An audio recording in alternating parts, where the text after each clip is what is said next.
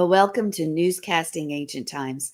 On behalf of the LAMB network, I'm here with Mr. Mark David Smith to bring you Brit Hadashah accounts as though they happened today. Welcome, everybody. I trust your week has been blessed and you've been a blessing to everyone you come in contact with. The world is busy these days, Mark. Don't you agree? Well, I agree with everything you say, Sandy. Uh, the world may turn because the one and only true God started it spinning, but my world turns on your word, Sandy. Just the facts, man. Just the facts. Uh, that's right. Well, so before we get so deep we can't get out, let us talk about the man everybody else is talking about. And that would be the one and only Yeshua. The one and only is an understatement, Sandy. Now that the 70 people Yeshua sent out to spread, to circulate, to communicate, convey, publicize his message of healing and forgiveness, not necessarily in that order, it is reported that he and his Talmudim were scheduled for a much needed rest in their hometown areas, but apparently that didn't last long. It seems once you make yourself well known and the people grab on hook, line, and sinker, Yeah, well, there's no turning back or rest. that's Here's true. the report we have on the latest movements of one of the newest religious sects within Israel. Everywhere Yeshua goes, even in his own hometown, people gather. While conversing with a few friends, a synagogue official, Yair by name, came to Yeshua and fell at his feet, pleading desperately with him, saying, My only daughter, 12 years old, is at the point of death. Please come and lay your hands on her so that she will live and, well, she will get well and live. Mark. Yeah, and as Yeshua went with him, a large crowd followed, pressing around. It's the same story we've heard over and over for quite a long time now. Among them was a woman who had had a hemorrhage for 12 years and had suffered a great deal under many physicians. She had spent her life savings, yet instead of improving, she had grown worse. She had heard about Yeshua, so she came up behind him in the crowd and touched one of the seed of his tallit and said, If I touch even his clothes, I will be healed. Instantly, the hemorrhaging stopped, and she felt in her body that she had been healed from the disease.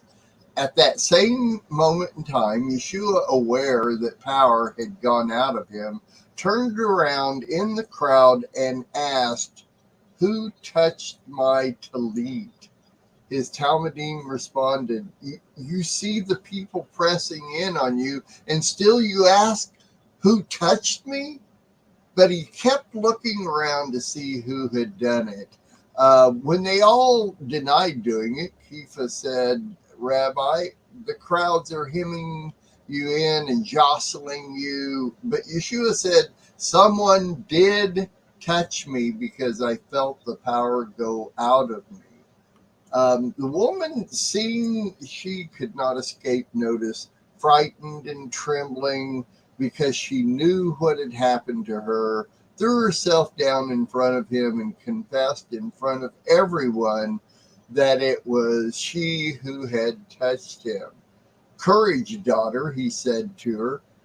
Your trust has healed you. Go in peace and be healed of your disease.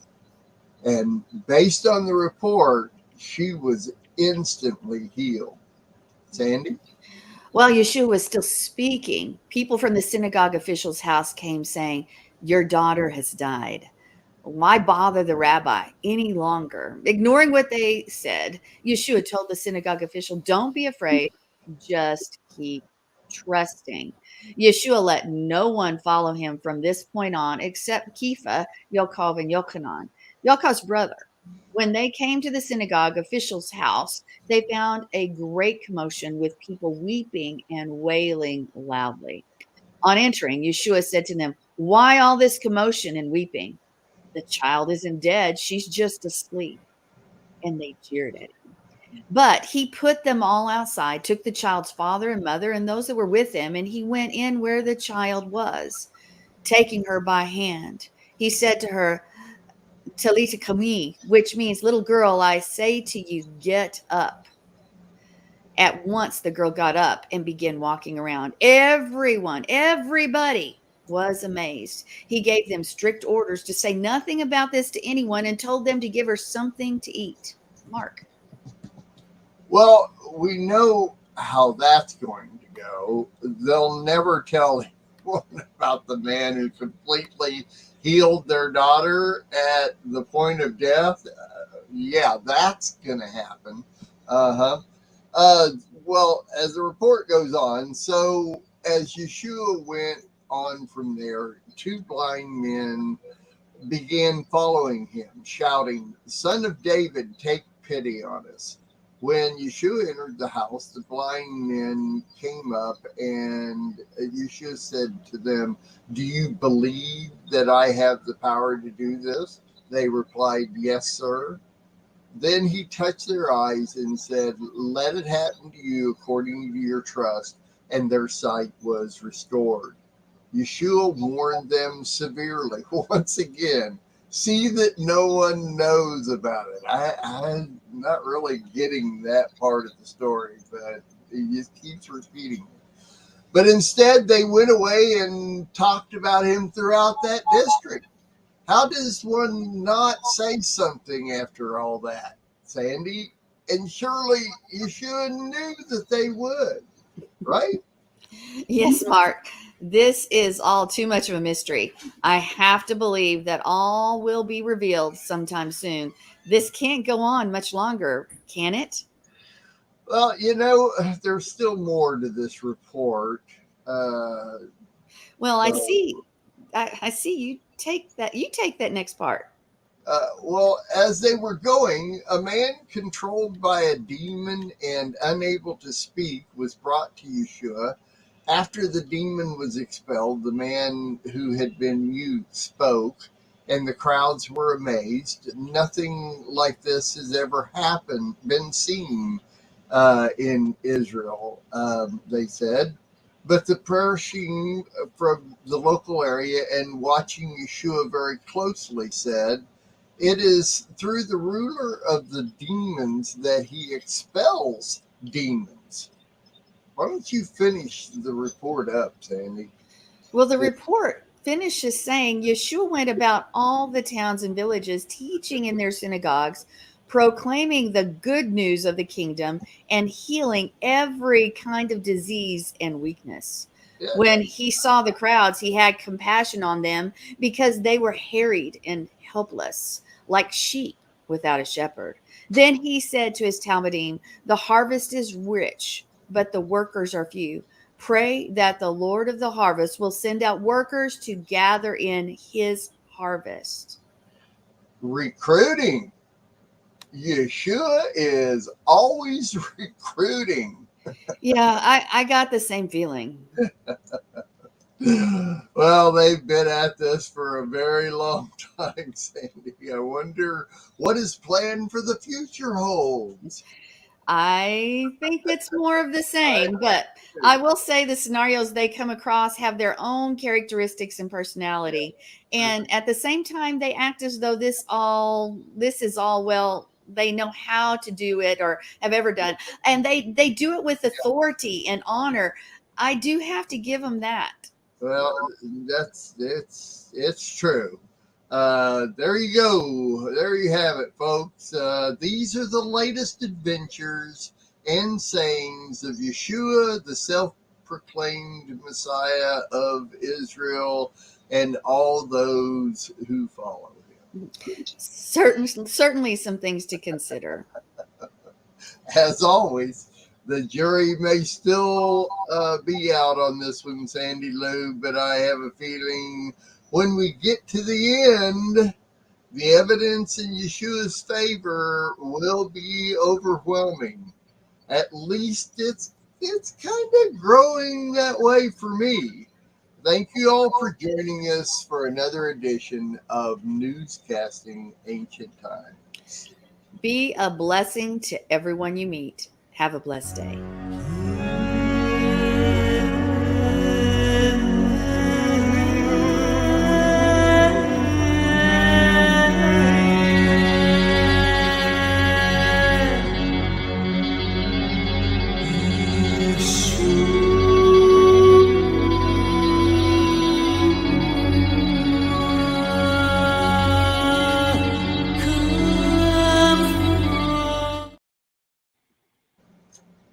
There you have it. Yes. What? Oh, What? John says now's the time he'd do it. And I'm like, there's no way. Yeah. Now's the time he'd Pop my do back. it. Pop my Pop back. your back. Yeah. So you want me to just handle everything while you go get your back popped? It takes about 10 seconds. Yeah. Okay. Go away. Go. We don't even. Okay. Hold on. Okay. I think you ought to do it right here on air, though. I think we ought to be able to watch you get your back popped. Oh, what we have to put up with. Let me just say, this is interesting because I really enjoy writing those scripts. I think we're on our 19th episode of Newscasting Ancient Times, and every week when I start looking everything up to find which part of Yeshua's life that I want to write about and put into the script and everything. It's been a real learning experience. I have a list of all the different things that Yeshua did and where they are in the 4 Gospels. So each one of the different Gospels, if they covered it, then I can see where it is and I can compare all of them and put it together. And that's usually what I do. I like it because when I make a Word document with, if it's 1, 2, 3, 4 of the Gospels have the same story, then I'll put them side by side and kind of check between them when I copy and paste that over into the script. And so there are some differences, from one to the other. So I try to mesh them in and add into one what's not in the other, and that type of thing. And it's been a real learning experience. For instance, this one is a discourse that there were four different things that happened one after the other, and the way it's written in the 3 Gospels that it's in is kind of pretty much the same, but it's all one. It's like he took off, talking to the people, and what the official, the synagogue official, came up to him and invited him about his daughter, and then another thing happened, and it was all kind of on his trip to this official's house. And I had never noticed that before. There's so many of these things that we'll take, like the woman with the issue of blood. It's the mom. We've literally taken that out of what's before and after it countless numbers of time to teach on that, on that deal. But I've rarely ever heard anybody talk about in succession of, where that comes in the word, in the accounts. And, to me, when it's in the same chapter, it's in the same discourse more than once, that kind of helps me solidify that it really was the way it happened, even though, there's some discrepancies in there and in their accounts and that type of thing. But this has been a very interesting journey for me, putting all these together, because I'm kind of learning a little different perspective on the way the writers put them together. And it's interesting how also one of the writers, like Matthew, may have an account of something Yeshua did early on in his ministry, but Luke may have it later in his ministry. So the chronological order of how they go in doesn't match up. Some of them do, kind of, but then a lot of them don't. So it's this kind of stuff always fascinates me. It always does. I mean, you remember me telling the story of very early on, me and another guy are studying and thought we found a discrepancy because Matthew's genealogy of Yeshua and Luke's didn't match up, and so I'm always, or please have grace on me, but I'm always looking for a discrepancy there somewhere. Are there discrepancies? But listen to me now. Come on, we know Torah is the only solidified word of God. Mm-hmm. Everything after that, real basically, is commentary.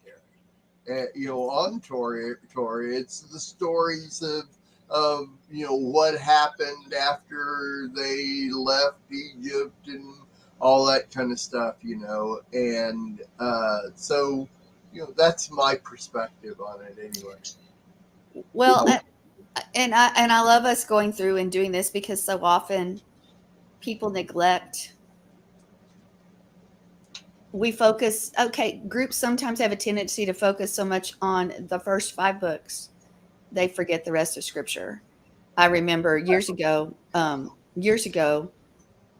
Sukkot, there was a big thing, and it was known. It's at the big Sukkot we used to go to, and the kids, the young adults, didn't know much of anything about Yeshua, and that was the big topic of conversation amongst them, because amongst at the camp at that time, because the kids did know, because we've got to be balanced.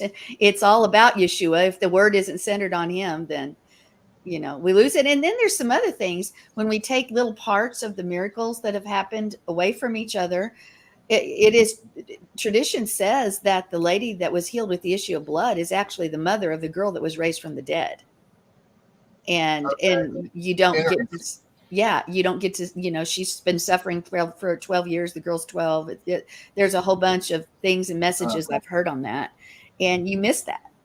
You miss I don't remember ever hearing that topic. Yeah, I have a teaching on it because I learned that from, I think it was, I don't know, it's from Eddie or somebody else. And so yeah, there's a lot of things like that we find out. But let's go back. You were saying that these are messianic people at Sukkot that knew more Torah. They didn't know as much about Yeshua. Yeah, it was a huge thing that was going on that we were talking about in the children's ministry and the youth, is that the kids did not know much about Yeshua. The kids didn't know because the young adults, I mean, not the young adults, the teenagers and things didn't know much of anything about Yeshua. And that's really where it should all center. The kids of Messianic families. Yes, the kids of Messianic families. That's appalling. It is appalling, because everything should center on Yeshua. And we've always in our congregation pushed that. But I never want to forget that. We can't just focus so much on just the first 5 books, that we forget the rest of Scripture. And especially The Brit Hadashah is talking about the flesh and blood word. And that flesh and blood word we should know. And how do you know someone? We get to see his life, Yah Almighty, his life here on earth, and what he did, because he does the same. And when you remove that, then it's just sort of this esoteric idea that the kids are learning about. And so, anyway, every congregation, every family needs to make sure as they're teaching the Torah, and you mix them all. I mean, we do have readings and things, et cetera, but that's not good enough. You need to also focus in on the Brit Hadashah accounts of Yeshua's life. Well, all of the Brit Hadashah. All of the word is important, every bit of it. Of course, I agree. I just, where my mind goes right away is, okay, we need to get these parents together here. I want to know, I want somebody to be held accountable. Why aren't your children learning about Yeshua? Why, if you're Messianic, are you Jewish? I mean, are you just strictly Jewish? Do you not believe in the Messiah? Because if you do, then somebody needs to be held accountable for why your children aren't learning. But it's not only the parents, it's also the congregations you're in, because think about it. If all you do is focus in on the Torah portion and the few verses that are in the Brit that you go over, you're not going to go over the life of Yeshua and his miracle power. I agree. And so it's also the congregational teachings that are unbalanced too. We've got to do both. That's why for the kids, we go over Torah portion. Now you need to stay. We go over the Torah portion the first 2 hours and with the kids. And then at service, I focus on Yeshua. So both times they're back there with me. We have focusing on the Torah portion and bringing in the writings and all of the things with that too. But then during service, unless y'all leads me elsewhere, I usually put a really big focus, honestly, on how Yeshua walked the face of the earth and the miracle power. Now we'll go over the fruit of the spirit and the armor and things and like other things too. But I really try to make sure that the kids have all of it. So yeah, of course, yeah. Well, that's the way it should be. That's balance. Right. In my mind,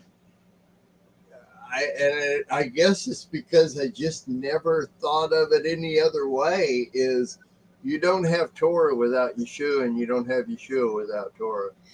That's right. But if all you do is mention his name and never study out what he did, you still miss it. No, I understand. I understand that. I mean, you can't just mention Yeshua. It has to be, to me, it has to be, how does Torah, give us the light of Yeshua, and how did Yeshua live out Torah? Right. And if we don't study his life, how do we know how to pattern our life? Yeah, exactly. Wow. I don't know. I'm glad that I'm not one of those that are going to be held accountable outside of our day-to-day lives. That's why it's almost like I want to know why you're not presenting this to your kids. But I disagree. I do think it's the parents' responsibility. They can take them to the Torah study. They can take them to synagogue. They can take them to congregation. Whatever you want to do, that's great. And that you need to assemble together with yourselves. But it's the parents' responsibility to make sure that it's balanced. I agree with that, but I also think that congregations can become unbalanced too. Yeah, of course they can. And Sure. and Yeah. people, this is one thing that irritates me, and that's why I've got to do what's been requested of me, and you're going to love it. People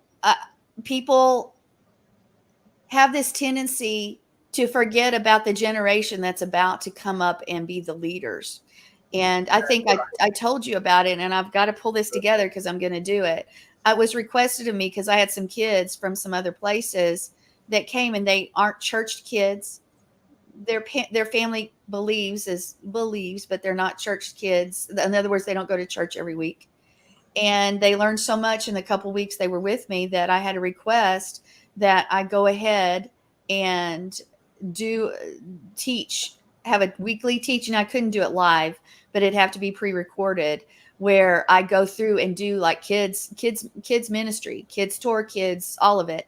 And the kids follow through with that because they said, my kids haven't learned like this ever.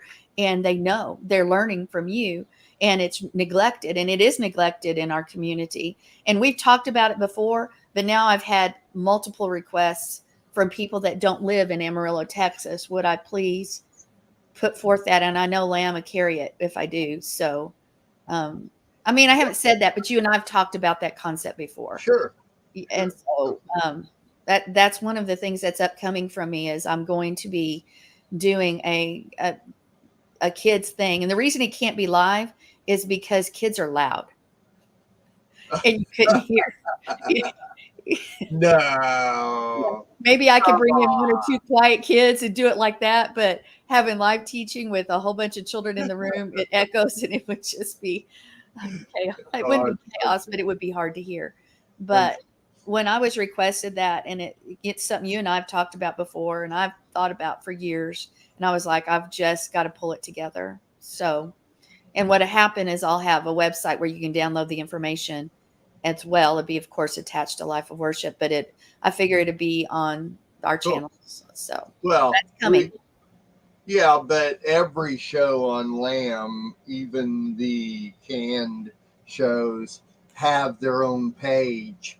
Their own it's their own page, but it's also an on demand page. Right. So every one of them. So that could also be a page where you could post what you need. Yeah, what they're going to have, it'll have the crafts and the supplies they need to gather for what we're doing. Sure. And, Sure, I get it. Yeah. the take home page, parents' responsibility throughout the week. Because I like parents to do some things with whatever I've taught throughout the week.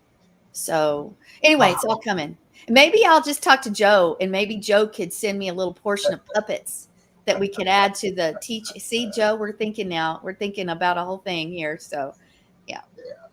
I just wish Joe would come back. You know what? I think things are shifting. We might see her pretty quick. Yeah, well, come on, Joe.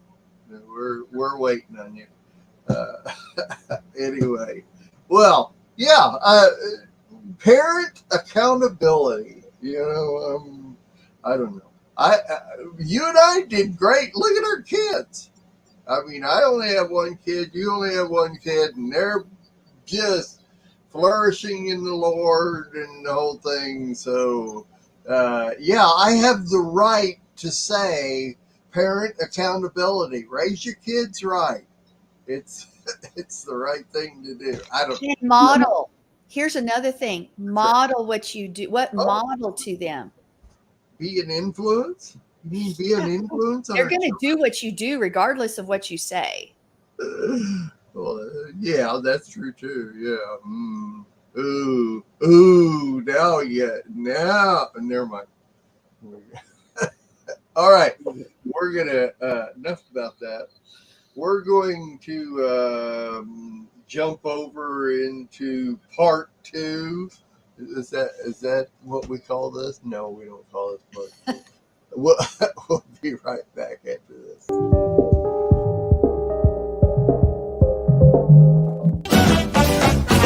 We'll be dancing in the streets, dancing at his feet, dancing in the streets of gold. We'll be dancing in the streets, dancing at his feet. Well, we are going to talk about something that really sprung up because of something that happened with my granddaughter and myself this week. And it's about loving others, even if you don't like them. If you don't, there's something about them you don't like, you've got to love them anyway. And I'm going to start with the incident. This week we were at our homeschool PE class, which is about 30 plus kids in her class and 38 more in the older class. And for her class, they start with PE and the PE area, and they were doing their activity. And when they have a snack, and I noticed, and then they go do swimming for the young class. And so I noticed that during the eating part, that this one girl was sort of excluding Amariah, who was normally a part of the little clique, I guess you would say.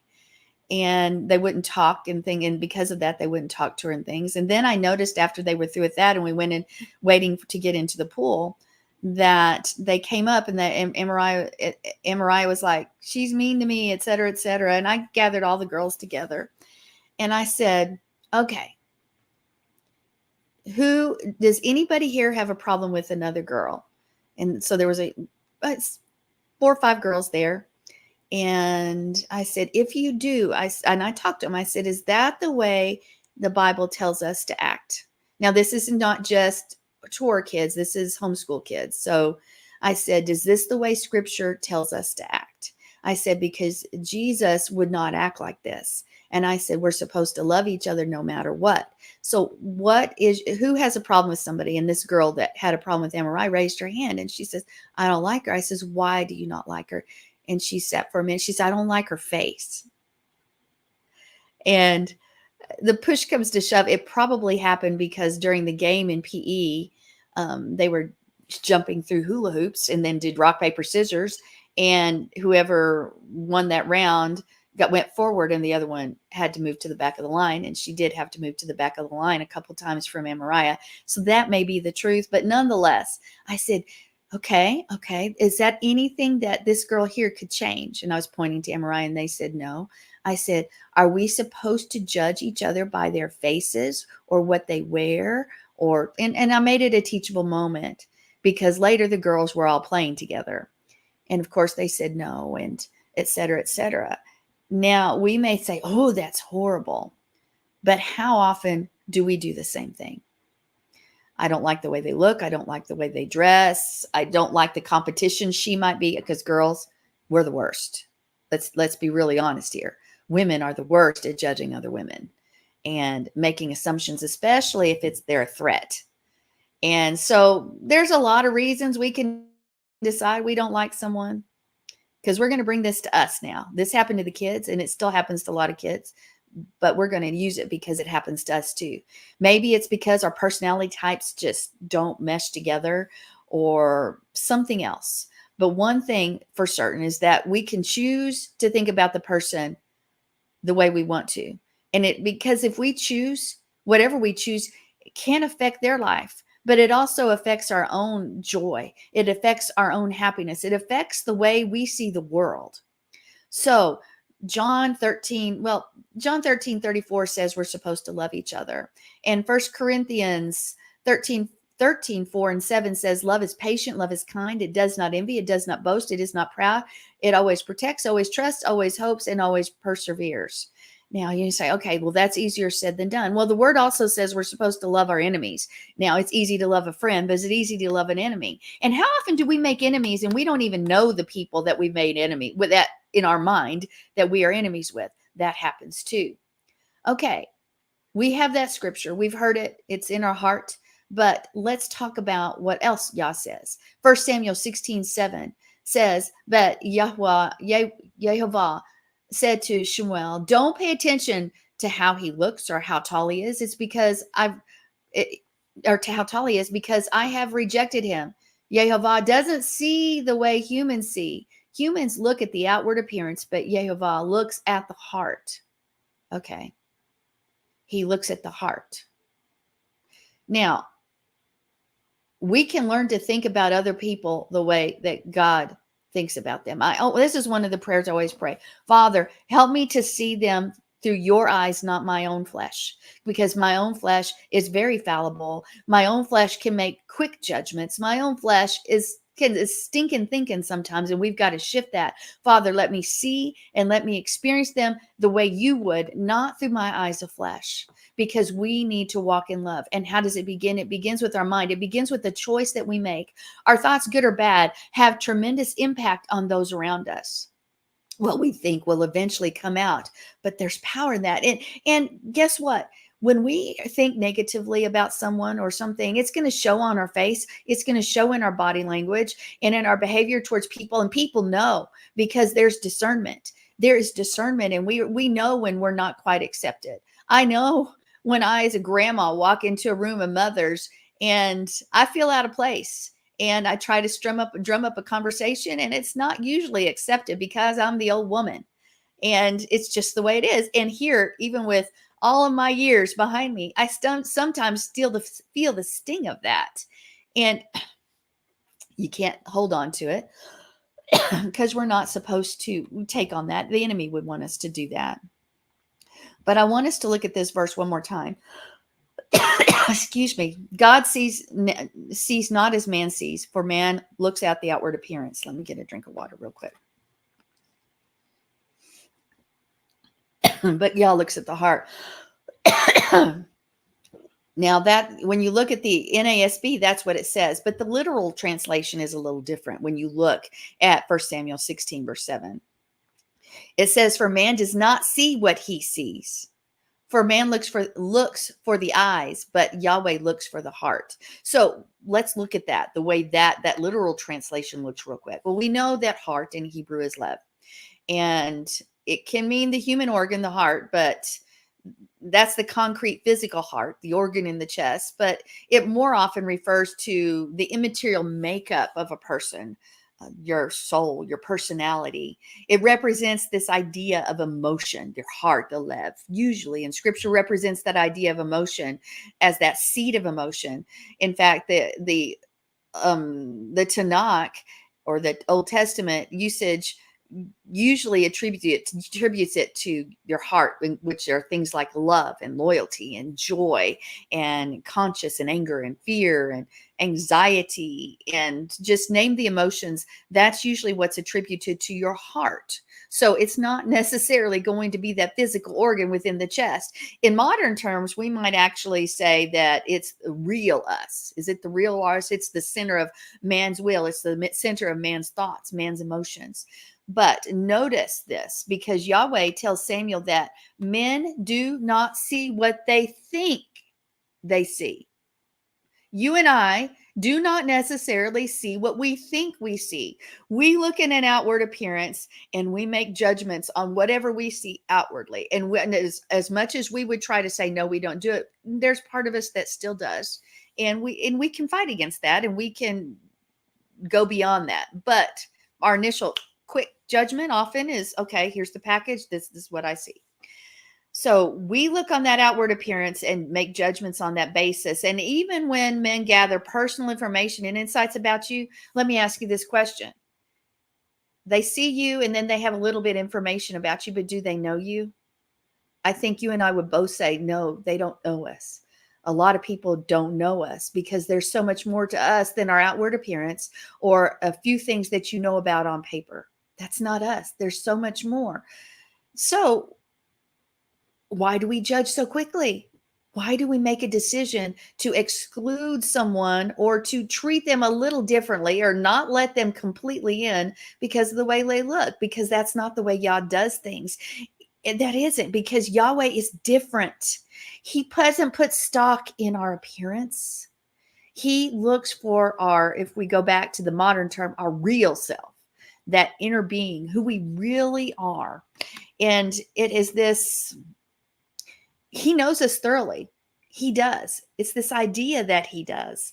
And maybe no one else knows him like us. Maybe he knows us better than we know us, because nothing is hidden from him. In fact, most of us would rather people don't know us real closely. Why? Because we see our deeds. We see our flaws, our thoughts. Even sometimes our thoughts aren't the best. God knows every one of them. Yahweh knows every one of them. And in spite of all of that, he loves us anyway. Isn't that amazing? He loves us anyway. And he stands ready to accept us exactly who we are. And he wants us on the ready also to be molded and made into what we're supposed to be. But the greatest fear oftentimes from people is, if you knew me, you wouldn't love me. In fact, that's sometimes what we act upon. We keep people at a distance because if they knew the real me, they wouldn't love me. They wouldn't like me. They would see somebody and then of course we make our own judgments oftentimes. And Yah says the opposite. I know all about you and I do love you. Some of us have a hard time hearing that. Some of us have a hard time thinking about that. And so we walk with our head down and are always condemning ourselves. But we need to learn to see ourselves as Yah sees us, but we also need to learn to see others as Yah sees them. Okay, so how many times when we examine who we truly are, how many times have we broken our promises, betrayed trust, lied, deceived, grieved, hurt, acted with selfish motives, all towards other people? And all of it's part of making this picture of an imperfect human being. And if you examined each and every person on the face of the earth, we would probably have a list of all of that junk, all of it. But that's still not what we judge. Even if somebody's hurt us, we don't make a quick judgment and say, hey, they're this liar, they're this. We don't need to put a label on it. We need to realize there's circumstances and things in their lives that are going on that we may not understand, but Yah does. And we see him through his. And the same thing, if there's something about them that just turns us off, again, Father, let us see it through your eyes, because we need to see the work of his hands. We were each and every one of us beautifully and wonderfully made. And we have value. We have value. So we need to see each other through his eyes. Now, we need to remember this too. My mom has always told me that Yahweh places people in our lives that are sandpaper people. And what does that mean? That means they rub us the wrong way. But what does sandpaper do? Sandpaper when you rub it on a surface, it begins to take away those rough edges, even those things that initially you wouldn't even see as rough. But after you've used that sandpaper over and over and over, it makes that surface smooth. So in reality, sometimes Yahweh brings people into our lives that may not be the people we think we want in our lives. There may be just something about it but they're there for a reason and a purpose. One, so we can learn to love those, maybe those that are unlovable, maybe those that just rub us the wrong way. Maybe we learn to and maybe Yah wants to work those edges off of us so that we become that beautiful vessel that he desires us to be, and we are able to fulfill every purpose for which he's called us. Now let's look at Solomon's life for a moment. He asked for a hearing heart. Let's go to 1 Kings 3:9. It says, Solomon says to Jehovah, give your servant therefore an understanding mind to govern your people, that I may discern between good, tov, and evil. That I may discern between good and evil. See, understanding mind, lev shomea, that's a hearing heart. We need our hearts to hear. We need to have something more than our flesh speaking out, because the purpose behind Yahweh giving Solomon a hearing heart is so that he could discern Yah's people. He could discern good and evil. He could walk in wisdom. Well, we need to walk in wisdom, and we also need to discern those things. And we need to be teachable, but we need to be a vessel that Yahweh can use to change other people's lives. Yeah. So thoughts also prepare us for action. So what are we thinking? Proverbs 23:7 says, for as he thinks in his heart, so is he. What are you thinking in your heart, in that seat of emotion? In other words, where the mind goes is where you're going to follow. So when you're thinking those bad things, like that little girl, I don't like her face. Well, what actions followed that thought in her, whether it stemmed from Amariah's face or whether it stemmed from her beating her in the game as a game? Either way, her actions were not pretty actions. They were mean. I was out on the outside watching, and I watch all the kids. I'm loving on them all, but they weren't pretty actions, but I didn't point her out. Nonetheless, I asked specifically all the girls. But again, where the mind goes, where your heart goes, your actions are going to follow. It's inevitable. You may think you're covering up, but people can see. People can see. It's difficult, if not impossible, to be kind and friendly to people when you see them. If you're thinking evil thoughts about them, try it. It's not going to work, because there's something else that's speaking even more loudly than your words. You might try to fake it, but a smart person, a discerning person, is going to know something's not right. Something's not right. We're never going to like everybody that comes across our path. It's not going to happen. It's not happening. But we are still called to love each other. We are called to love others to the best of our ability and let Yah work through us and in us. And in truth, the person we may be trying to avoid is probably hurting and in need of you and your words. And the Spirit of Yah to take over and speak to them and minister to them through friendship or a listening ear or something else, or maybe just patience and understanding. And maybe we need the change in us so that we can become the person that Yah wants us to be. So I encourage us to focus on the positive in people, even if there's only one thing positive about a person. That's through our fleshly eyes, and I guarantee there's more than that. But if that's all we perceive, then we focus on that. And we go out of our way to focus on the best and the good things about other people. And when we do, loving them in our Messiah is going to be a lot easier. And remember, those sandpaper people cause us to be better people. We're his witness, we're his hands and his feet. So let's do it. Let's not be the guys and the girls that in our actions or words say, I don't like your face. That makes it a small area, but I want you to think much broader than that. I'm using that. So, Mark, come on in. Sandy, I like your face. Well, thank you, Mark. I like yours as well. Okay, well, let's see. Do you like me now? Let's see. I've got other glasses I can put on. Could just be the glasses somebody wears. Could cause. But you stole my Sukkot teaching. No, you stole part of my Sukkot teaching. It will be kind of along these lines. And so anyway, I've got several things here. Why does one person like me but another person doesn't? And it really boils down, in my assumption, in my perspective, it really boils down to what we've embedded in our psyche and our understanding up to that point.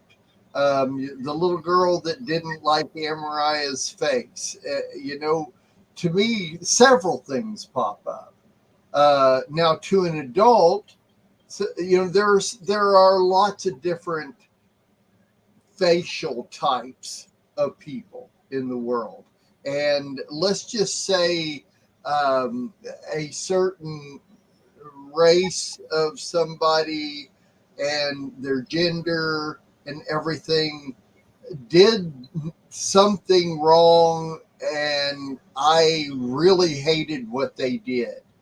So in the future, if I see somebody that looks real similar to this person, does my mind go to that place before? Probably. For an adult, that happens every day, all the time, to every single one of us. Our brain is constantly computing those things. To a child learning that process, I would say it's more of an influence of a parent and what their parents have imparted to the child. For instance, if my dad just complained all the time, and when I went out into the world with my dad, riding in the car, and my dad is talking about this guy over here, and look at this guy over here, and look at this homeless person over here, and man, I hate what these people do, and all this kind of stuff, then when this child is now in class or in daycare or whatever, and they see another kid that looks like the person my dad was talking about, I can't think anything else. I don't like that person. Why? I don't like your face. Why? Because My dad didn't like a similar face, so you see what I'm saying. And of course, that's where all the racial tension comes from, and all kinds of different things. But in mentioning, what I'm going to teach about as a coach is that there is almost always more than one truth. Just because it's your truth doesn't mean it's somebody else's truth. The same thing. And that is where it boils down to, why does one person like me but another person doesn't? And you've known me for many, many years. You know I'm one of those sandpaper people.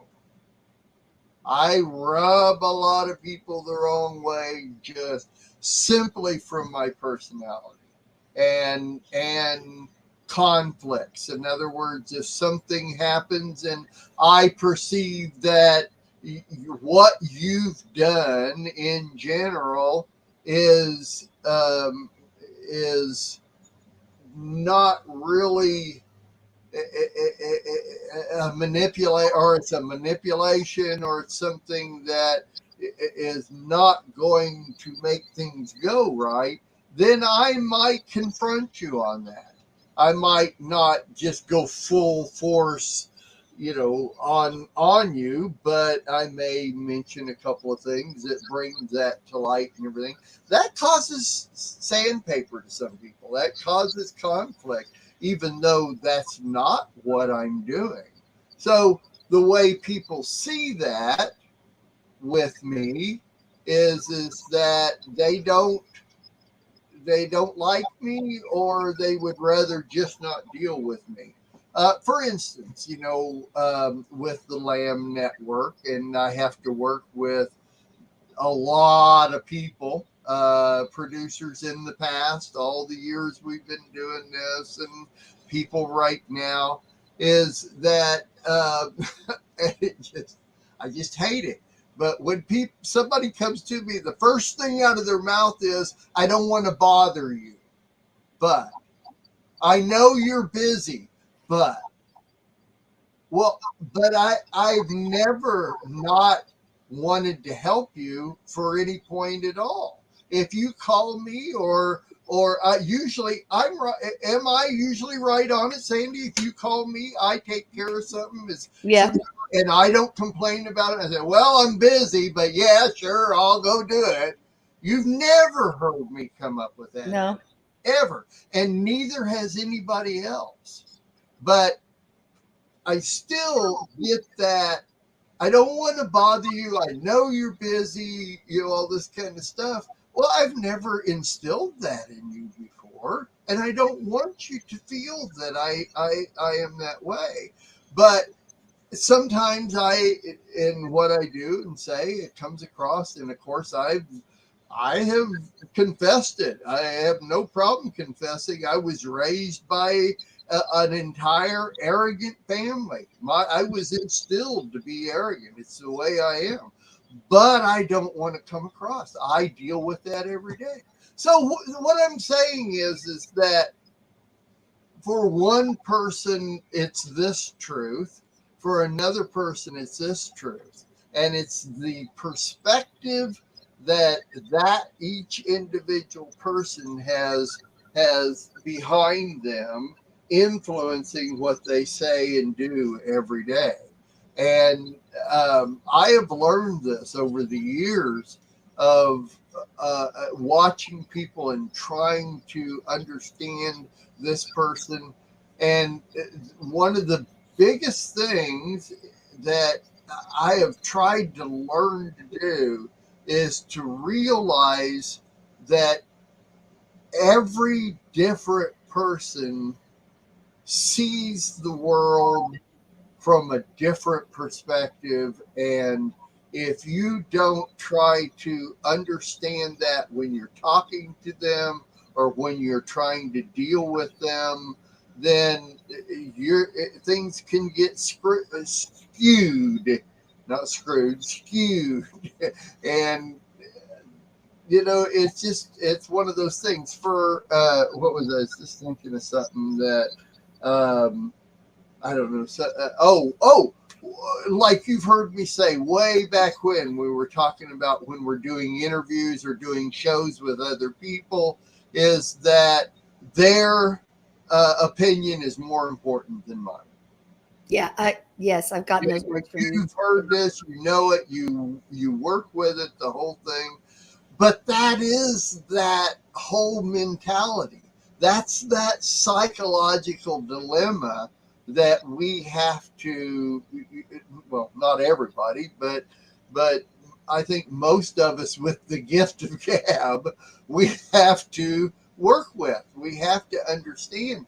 And it's a mentality, it's a perspective that we have to have, is to esteem everybody higher than ourselves.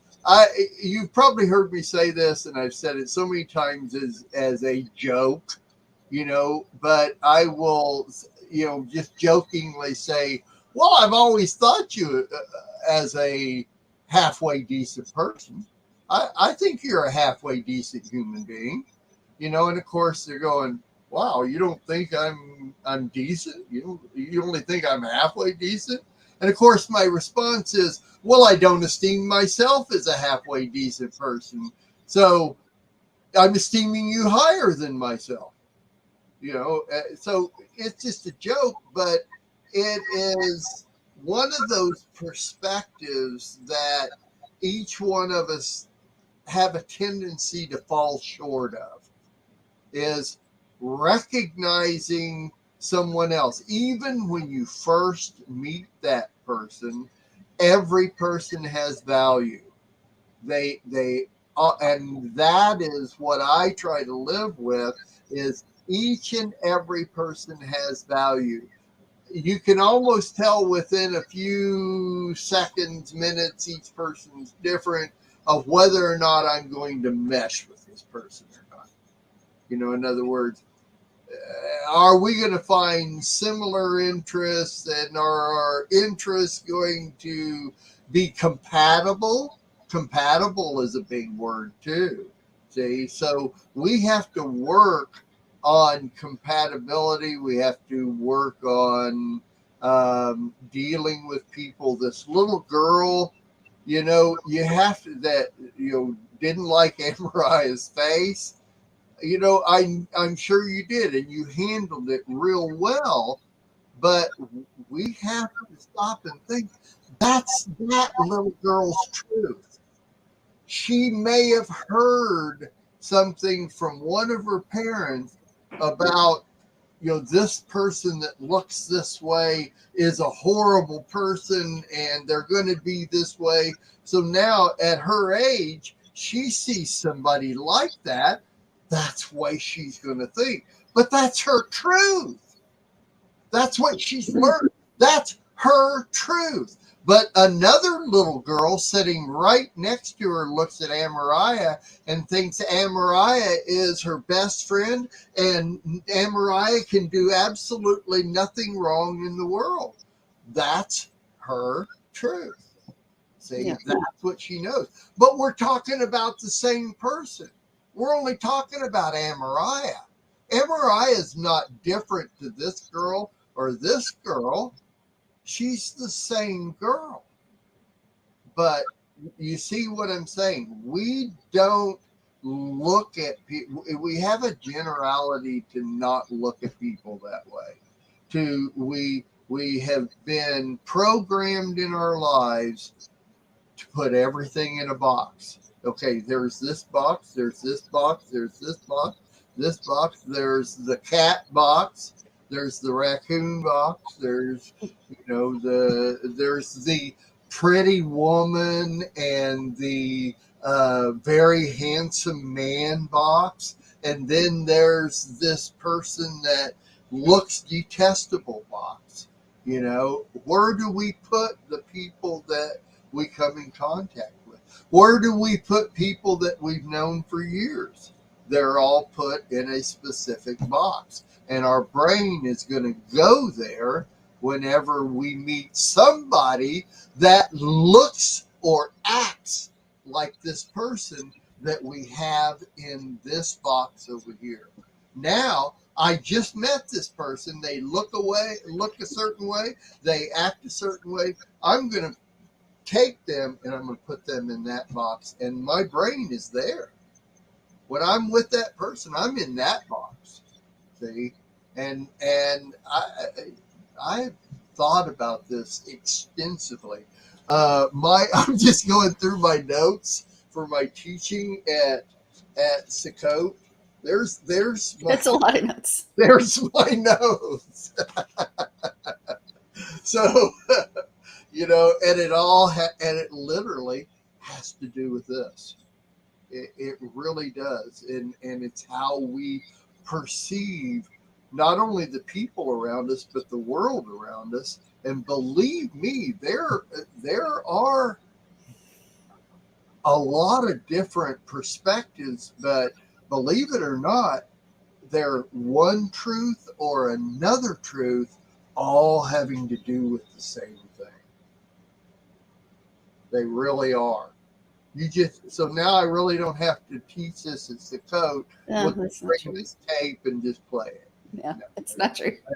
Believe me, I didn't cover all those notes. Yeah, that's right. I will say this as an addendum. I talked to the mom, and and she said something. She says, "My little girl's just a mean girl." That's what she told me. She said she acts like that to. She's just mean. So she said, "I don't know what to do about it."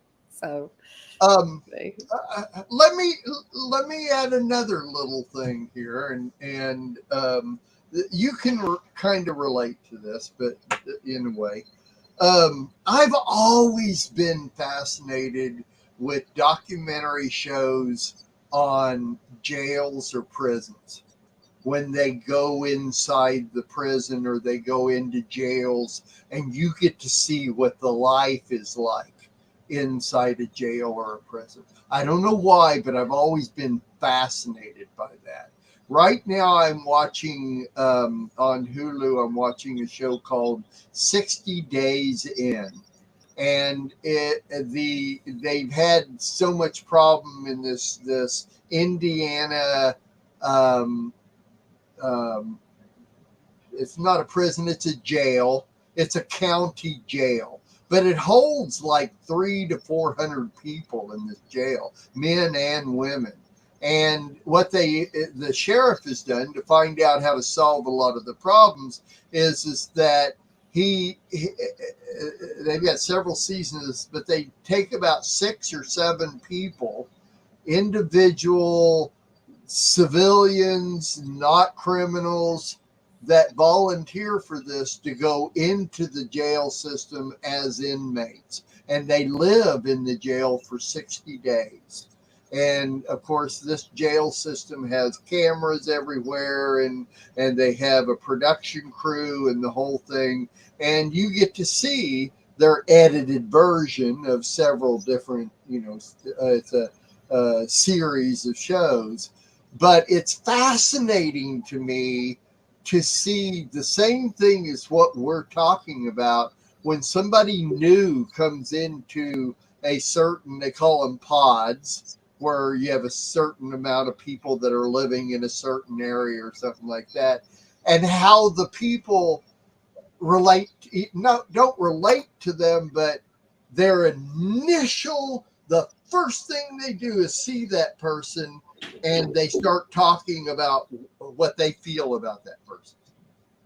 They right away, they either like that person, they don't like that person. They want to know why they're in there. They want to know, all this stuff. And it's an immediate judging. And I'll tell you what you said before is true. The women are the worst. The guys just deal with the manliness of men against men. But the women immediately start judging these people. It's a threat. They're a threat. No matter what the situation is, it's an immediate judge, and they've already made up their decisions without ever talking to this person. And I think It's that way. It's that way in our congregations too. Yeah, I know. I know it. I'm 69 years old. I've lived through all this, but to me, it's fascinating because it's a truth. And once again, to one inmate and to another inmate, they see it differently, but it's their truth. No matter what, you can't change their mind. You can't show them something different. You can't even lie to them. It makes no difference. That's what they see. It's that straight line there. That's just fascinating. Anyway, so yeah. This is the world we live in. This is the brain we've been given. Hey, and it's different in different countries. You keep looking over there. Is John there? Yes. Oh, well, get him on camera. John, come on camera for a minute. Come on. He can respond to all this too. He doesn't know what we're talking about. He wasn't listening. Hi, John. He doesn't even know. Did I tell you the story about the girl didn't like MRI's face?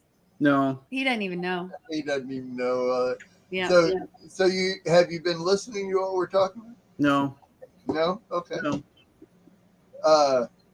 Hey, I like your face.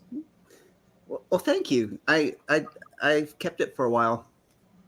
Your face? You've kept your face for a while? Yeah.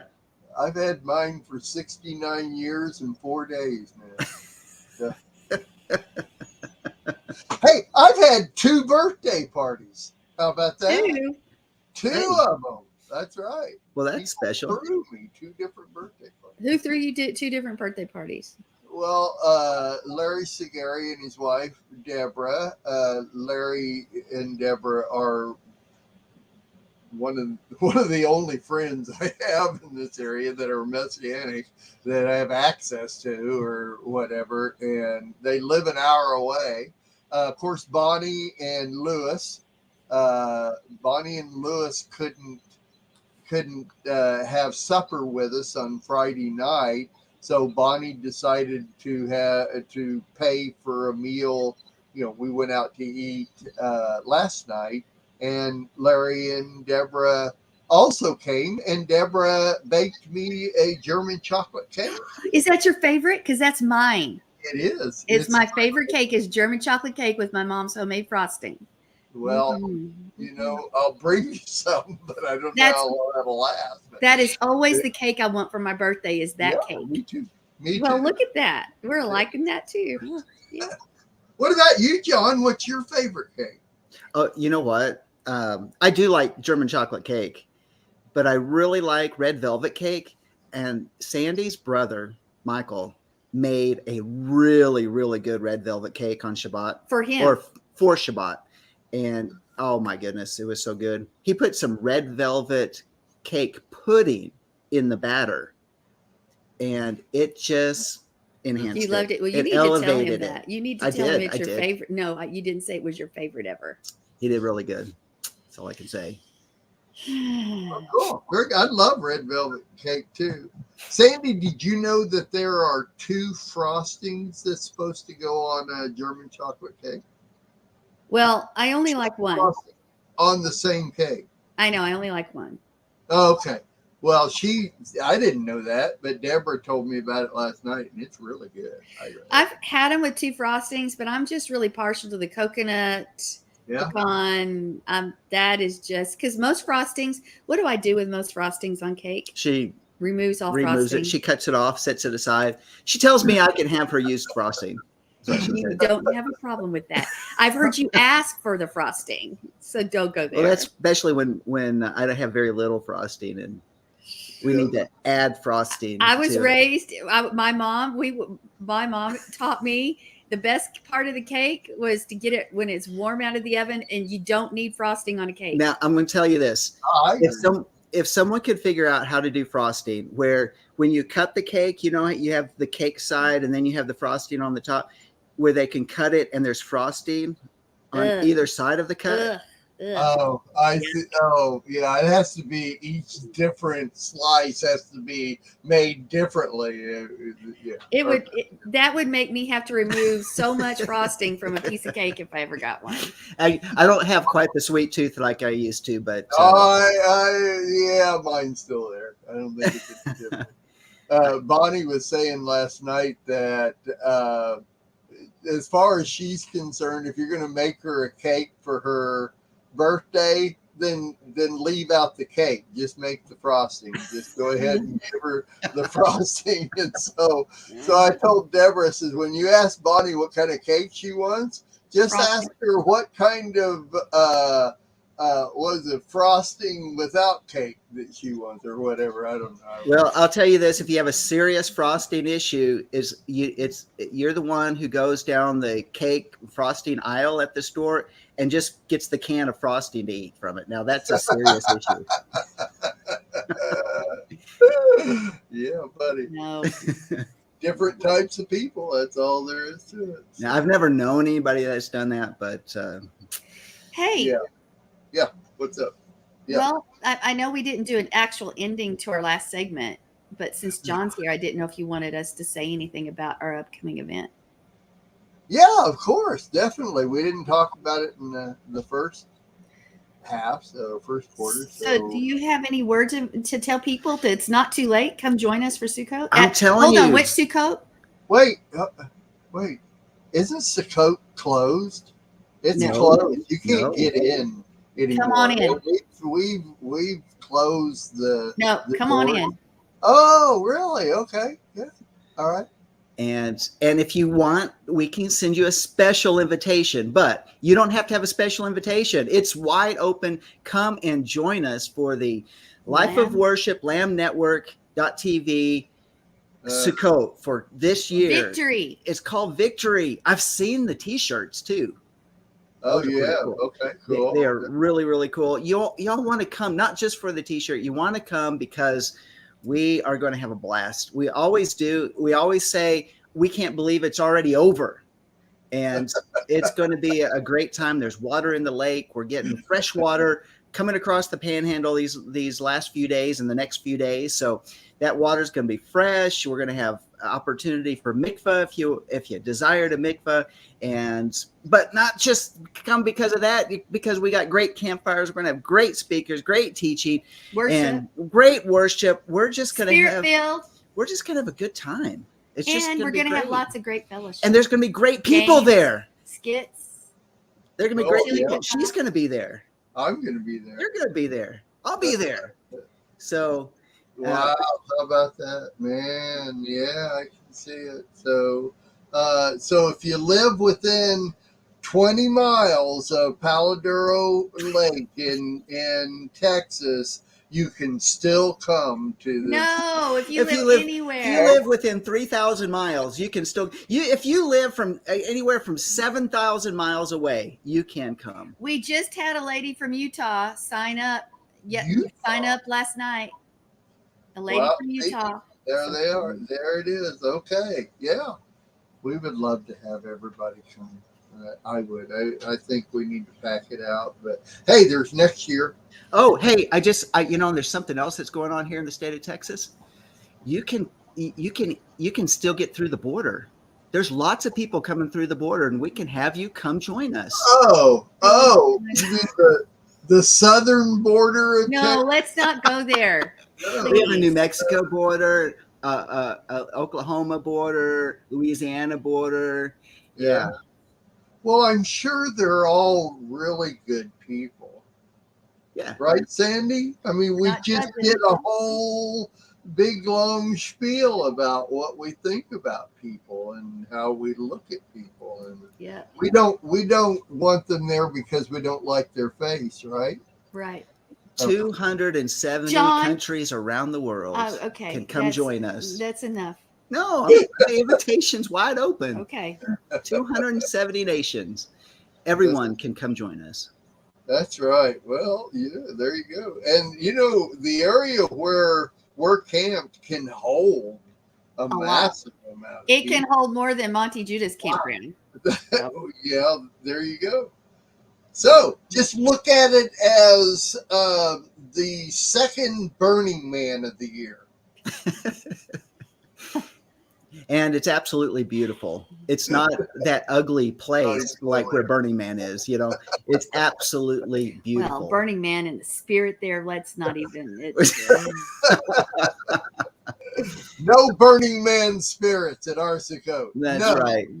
That's right. We're going to burn with the fire of the Holy Spirit. That's what we're going to do. Ooh. I can feel it now. Zeal and passion. Very cool. Yep. All right. Well, and so you can even look it up on the map, Palo Duro Lake. Lake Palo Duro. It's it's absolutely beautiful where we have our camp. I'm just telling you. So, cool. Yeah, absolutely. Well, we're excited. We're good.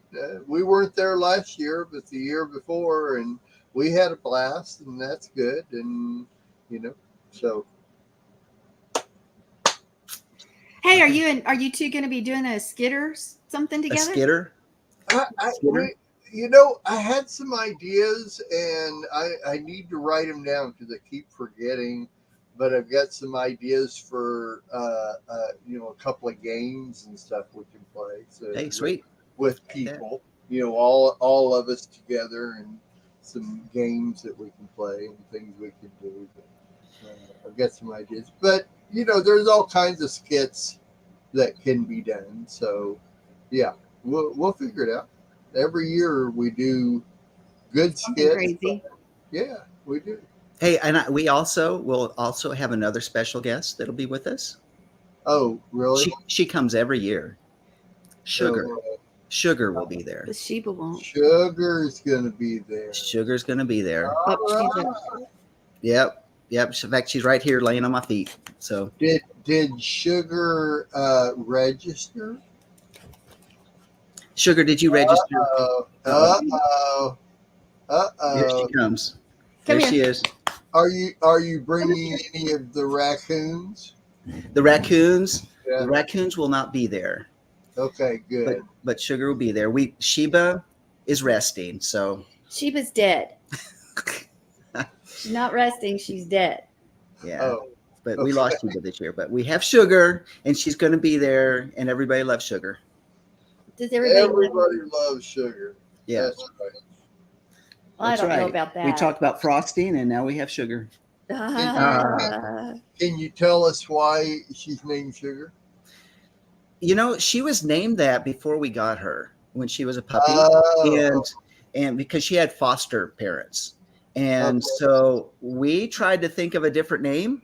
And we got to know her. And she's just so sweet. We couldn't change her name. We said Sugar fits. Yeah. So. Yeah. Okay.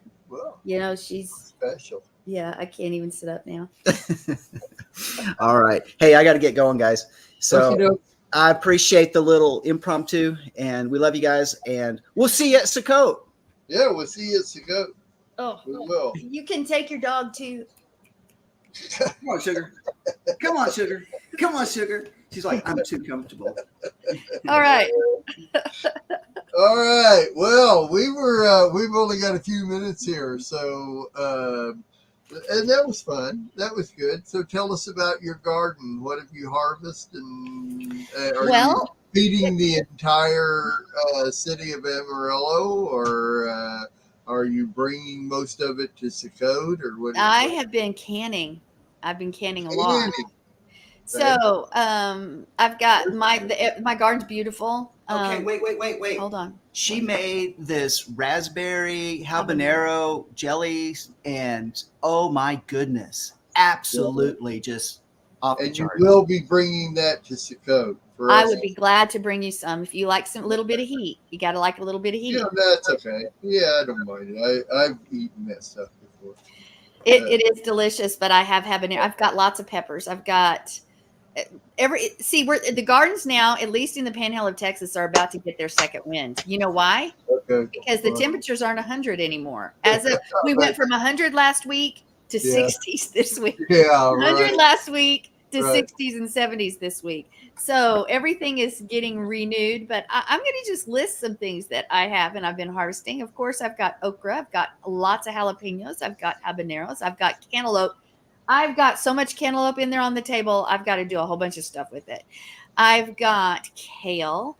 I've got beets and carrots and all sorts of tomatoes. I've got lettuce and beans, all different kinds of beans. I've got squash and zucchini and butternut squash and Fresno peppers, banana peppers, bell peppers, red peppers, any kind of pepper you could think of. I have every herb, lots of different herbs, lots and lots of herbs. I've got tomatillos. I've got pumpkins. I harvested already all my potatoes and canned them. And let's see, carrots, beans, cucumbers. I said like cabbage. I've got cabbage. Wow. I've got broccoli and things that are ready to go in the ground. Broccoli, cauliflower, Brussels. I've got Brussels sprouts and collards. And I've got a whole bunch of stuff that's ready to go into the ground for fall crops. Wow. Very cool. And I have a room now that's full of canning stuff, and I've canned and dehydrated, but I've done a lot of canning this year, making all sorts of sauces and pastas, sauces and hot sauce and canned corn and potatoes and jellies and jams and Very cool. I love it. So you're good for the winter until next year when you can start growing again. I don't have any meat. No meat. I don't have any meat Bro, canned. you don't I just You don't have any cows or anything. I don't have a cow. You know? Okay. All right. I do have though. I have water glassed some eggs. Not enough. I've got to find a new source, but I've water glassed a lot of eggs. So I have eggs sitting on the cabinet that are water glassed. What do you mean water glass? When you water glass eggs, you put them in a solution of lime and water, and it will keep the eggs for a year on your cabinet. But they have to be clean. Okay, you can't wash them, but they can't be full of. Okay, be very careful. This is a jar of water glassed eggs. And they're not boiled eggs. They're just Nope. regular eggs. These are fresh eggs from the chicken, and you want to make sure you keep your coop clean, because if it has a whole bunch of poop and stuff on, then you have to clean that off, and it removes that protective layer. So they're clean eggs that came from the chickens but not washed, and then you put some lime and some water, and you keep those eggs for a year on your cabinet. Okay. And so, and Never you can scramble them. A fried egg's not going to happen, but you can scramble them, use it in food, et cetera, et cetera, et cetera. Oh, really? Okay. Oh, well, that's fine. That's why I've never heard of them, because I don't like scrambled eggs. And But what I'm saying is you use them in cakes, you use them in your cooking, you use them in everything. And you can use them in all of those things. So you can use them in your cakes and your cooking and all that kind of stuff. I don't use eggs in my cake and my cooking. You know why? Because I've met this guy at the grocery store by the name of Stouffer. And Mr. Stouffer makes these great little meatloaves and, all kinds of stuff. I like Mr. Stouffer a lot. His food's really good, and I can get his food at the grocery store. I'm glad for you, Mark.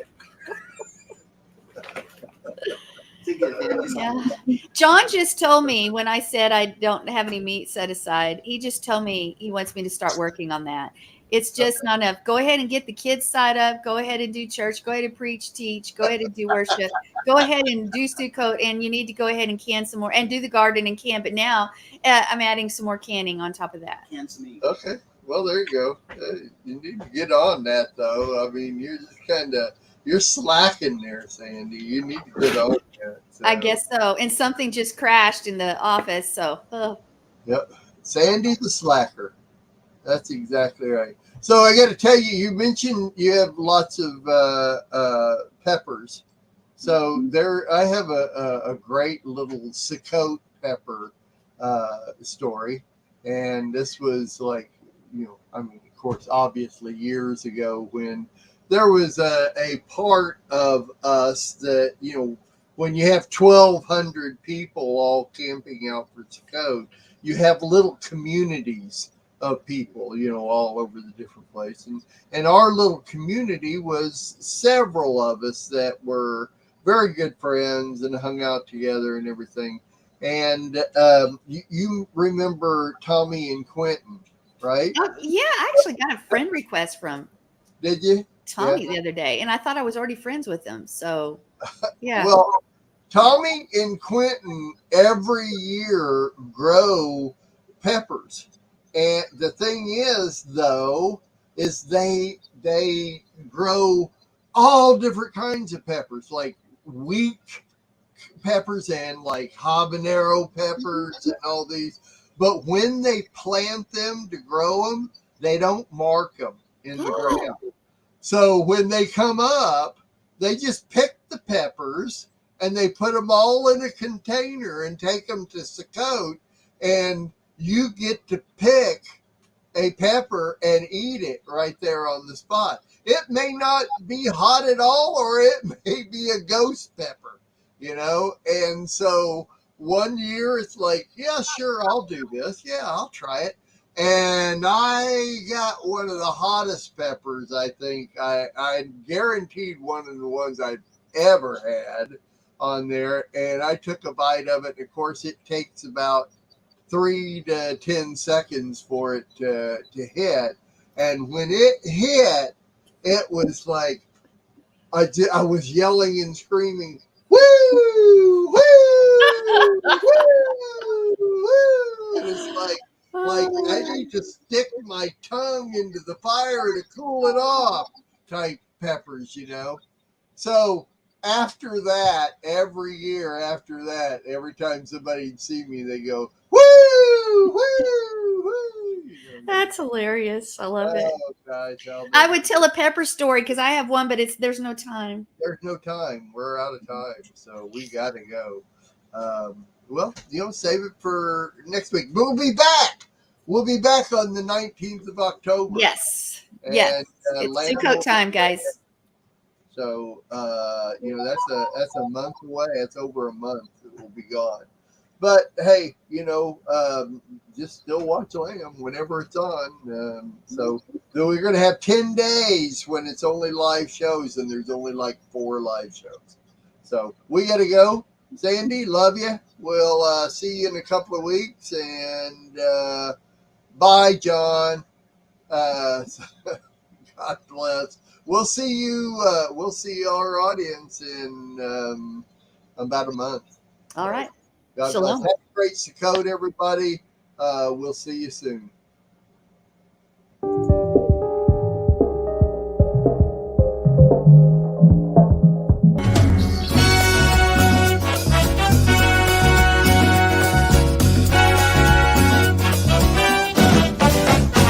We'll be dancing in the streets, dancing at his feet, dancing in the streets of gold.